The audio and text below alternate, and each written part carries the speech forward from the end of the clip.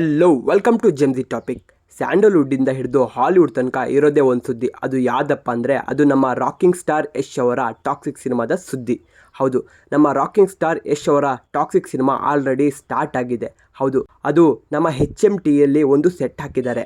ಅಲ್ಲಿ ಒಂದು ದೊಡ್ಡ ಆ್ಯಕ್ಷನ್ ಸೀನ್ಸ್ ಸ್ಟಾರ್ಟ್ ಆಗುತ್ತೆ ಅಂತ ಎಲ್ಲರೂ ಹೇಳ್ತಾ ಇದ್ದಾರೆ. ಆಮೇಲೆ ಡೈರೆಕ್ಷನ್ ಟೀಮಿಗೋಸ್ಕರ ಅಂತಲೇ ಇನ್ನೊಂದು ಯೂನಿಟಿಗಾಗಿ ಹಾಲಿವುಡ್ಡಿಂದ ಒಬ್ಬ ಡೈರೆಕ್ಟ್ರನ್ನ ಕರೆಸ್ತಿದ್ದಾರೆ. ಹೌದು, ಗೀತು ಮೋಹನ್ ದಾಸ್ ಅವರು ಒಂದು ಸೆಟ್ಟಲ್ಲಿ ಒಂದು ಯೂನಿಟ್ ಆದರೆ ಇನ್ನೊಂದು ಸೆಟ್ಟಲ್ಲಿ ಇನ್ನೊಂದು ಯೂನಿಟಿಗಾಗಿ ಹಾಲಿವುಡ್ನ ಒಬ್ಬ ಗ್ರೇಟ್ ಡೈರೆಕ್ಟರ್ ಅಂತಲೇ ಹೇಳ್ತಿದ್ದಾರೆ. ಅವರು ಸಾಕಷ್ಟು ದೊಡ್ಡ ದೊಡ್ಡ ಸಿನಿಮಾಗಳನ್ನು ಕೊಟ್ಟಿದ್ದಾರೆ. ಮ್ಯಾಡ್ ಮ್ಯಾಕ್ಸ್ ಫ್ಯೂರಿಯಸ, ಆಮೇಲೆ ಅವೆಂಜರ್ಸ್ ಸಿನಿಮಾದಲ್ಲಿ ಕೆಲಸ ಮಾಡಿರುವಂಥ ಡೈರೆಕ್ಟರ್ ಅಂತ ಎಲ್ಲ ಸುದ್ದಿ ಬರ್ತಾ ಇದೆ.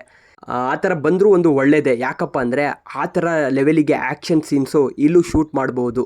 ಆಲ್ರೆಡಿ ಮಾಡ್ತಿದ್ದಾರೆ ನಮ್ಮ ಕನ್ನಡ ಇಂಡಸ್ಟ್ರಿಲಿ. ಆದರೆ ಹಾಲಿವುಡ್ ಅವ್ರನ್ನೇ ಕರೆಸ್ಕೊಂಡು ನಮ್ಮ ಸ್ಯಾಂಡಲ್ವುಡ್ಡಲ್ಲಿ ಮಾಡ್ತಿರೋದು ಇದು ಮೊದಲನೇ ಬಾರಿಗೆ ಅಂತ ಅನಿಸುತ್ತೆ. ಆಮೇಲೆ ಇನ್ನೊಂದು ವಿಚಾರ ಏನಪ್ಪ ಅಂದರೆ, ಇನ್ನೊಂದು ಬಿಗ್ ನ್ಯೂಸ್ ಏನಪ್ಪ ಅಂದರೆ, ಈ ಸಿನಿಮಾ ಒಂದು ಪೀರಿಯಡಲ್ಲಿ ಸೆಟ್ ಆಗಿದೆ. ಅದು ಯಾವ ಪೀರಿಯಡಲ್ಲಪ್ಪ ಅಂದರೆ ಅದು 1950 to 1970 ನಡೆಯುವಂಥ ಈ ಕತೆ ಆಗಿರುತ್ತಂತೆ. ಹೌದು, ಇದಂತೂ ಕನ್ಫರ್ಮ್ ಆಗಿದೆ. ಈ ಸಿನಿಮಾ 1950 to 1970 ಒಂದು ನಡೆಯುವಂಥ ಕತೆ, ಒಂದು ಗ್ಯಾಂಗ್ಸ್ಟರ್ ಕತೆ ಅಂತ ಹೇಳ್ತಿದ್ದಾರೆ. ಆ ಟೈಮಲ್ಲಿ ಒಬ್ಬ ಗ್ಯಾಂಗ್ಸ್ಟರ್ ಯಾವ ಥರ ಇದ್ದ ಅನ್ನೋದು ಈ ಕತೆ ಒಂದು ಟಾಪಿಕ್ ಆಗಿದೆ ಅಂತ ಎಲ್ಲ ಕಡೆಯಿಂದ ಒಂದು ನ್ಯೂಸ್ ಬರ್ತಾ ಇದೆ. ನೋಡೋಣ, ಇದು ನಿಜ ಆಗಿದರೆ ಒಂದು ಗ್ರೇಟ್. ನಾವೆಲ್ಲ ಅಂದ್ಕೊಂಡಿದ್ವಿ ಈ ಪ್ರೆಸೆಂಟ್ ಸಿಚುವೇಶನ್ ಕತೆ ಅಂತ, ಆದರೆ ಇದು 1950 to 1970 ಇರುವಂಥ ಕತೆ. ಆಮೇಲೆ ಇನ್ನೊಂದು ಸುದ್ದಿ ಏನಪ್ಪ ಅಂದರೆ, ಈ ಸಿನಿಮಾದಲ್ಲಿ ಸಾಕಷ್ಟು ಸ್ಟಾರ್ಗಳು ಬರ್ತಿದ್ದಾರೆ.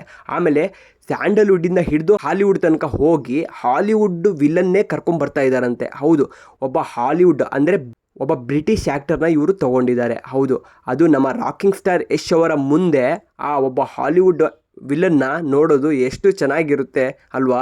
ಆ ಸ್ಕ್ರೀನಲ್ಲಿ ನಮ್ಮ ರಾಕಿಂಗ್ ಸ್ಟಾರ್ ಯಶ್ ಅವರು ಡಾಮಿನೇಟ್ ಮಾಡಿದ್ರೆ ಯಾವ ಥರ ಇರುತ್ತೆ ಅಲ್ವಾ? ಅದನ್ನು ಇಮ್ಯಾಜಿನೇಷನ್ ಮಾಡಿಕೊಂಡ್ರೇ ಒಂಥರ ಗೂಸ್ ಬಂಪ್ಸ್ ಬರುತ್ತೆ. ಹೌದು, ನೋಡೋಣ ಯಾವ ಥರ ಆಗುತ್ತೆ ಅಂತ. ಆಮೇಲೆ ಈ ಸಿನಿಮಾದಲ್ಲಿ ಇನ್ನೊಂದು ಸುದ್ದಿ ಏನಪ್ಪ ಅಂದರೆ, ನಮ್ಮ ರಾಕಿಂಗ್ ಸ್ಟಾರ್ ಯಶ್ ವಿರುದ್ಧ ಇರ್ತಾರೆ ನಮ್ಮ ನಯನತಾರ ಅವರು. ಹೌದು, ತಮಿಳ್ ಸ್ಟಾರ್ ನಟಿ ನಯನತಾರ ಅವರು ಈ ಒಂದು ಲೀಡ್ ರೋಲಲ್ಲಿ ಮಾಡ್ತಾ ಇದ್ದಾರೆ ಹೀರೋಯಿನ್ ಆಗಿ ನಮ್ಮ ರಾಕಿಂಗ್ ಸ್ಟಾರ್ ಯಶ್ ಕಡೆಗೆ.